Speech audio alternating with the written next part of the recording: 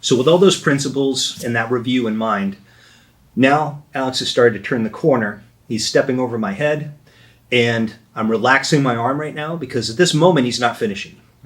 What you really need to understand is for somebody to be able to meaningfully stop what I just showed you with being able to free your head and get your elbow back to the mat close to your body, he really has to isolate your head. That's why we always ask from bottom arm lock positions, is my head free? Because if your head is free, you can basically skip everything else and go right to the rotation that we just discussed. But as he's starting to try and isolate my head, I go back to that similar concept to what we did with the armbar, and I want to deny him being able to get one of two things.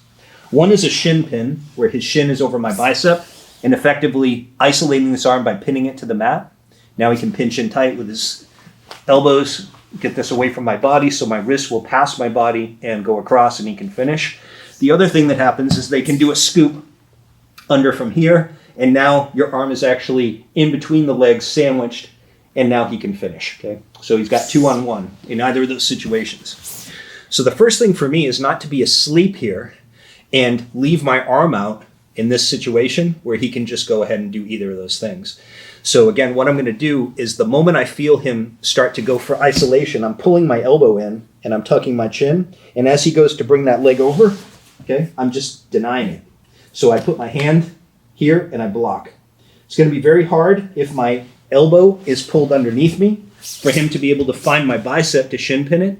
And it's also going to be hard if my elbow isn't away from my body like this for him to be able to scoop with his heel. My hand is going to be like this, palm facing up, and just here ready to intercept. One of the common mistakes with what we're talking about, even though it's very simple in principle, is where people start trying to find your partner's leg and reach for it, and then all of a sudden he shin pins it or he kicks his leg around under your armpit and scoops it. I want to keep everything nice and tight in here, and I'm just waiting for him to go. Okay? And I'll move my legs away so my head keeps moving away, and I just check here. Now what happens, again, if we pivot a little bit here, is he keeps trying to step over. Okay, what happens is once I can find his knee just long enough, I know, okay, my head is free. I can go right to the escape. I'm not going to just do this forever. And how do we do it? Same way we talked about before.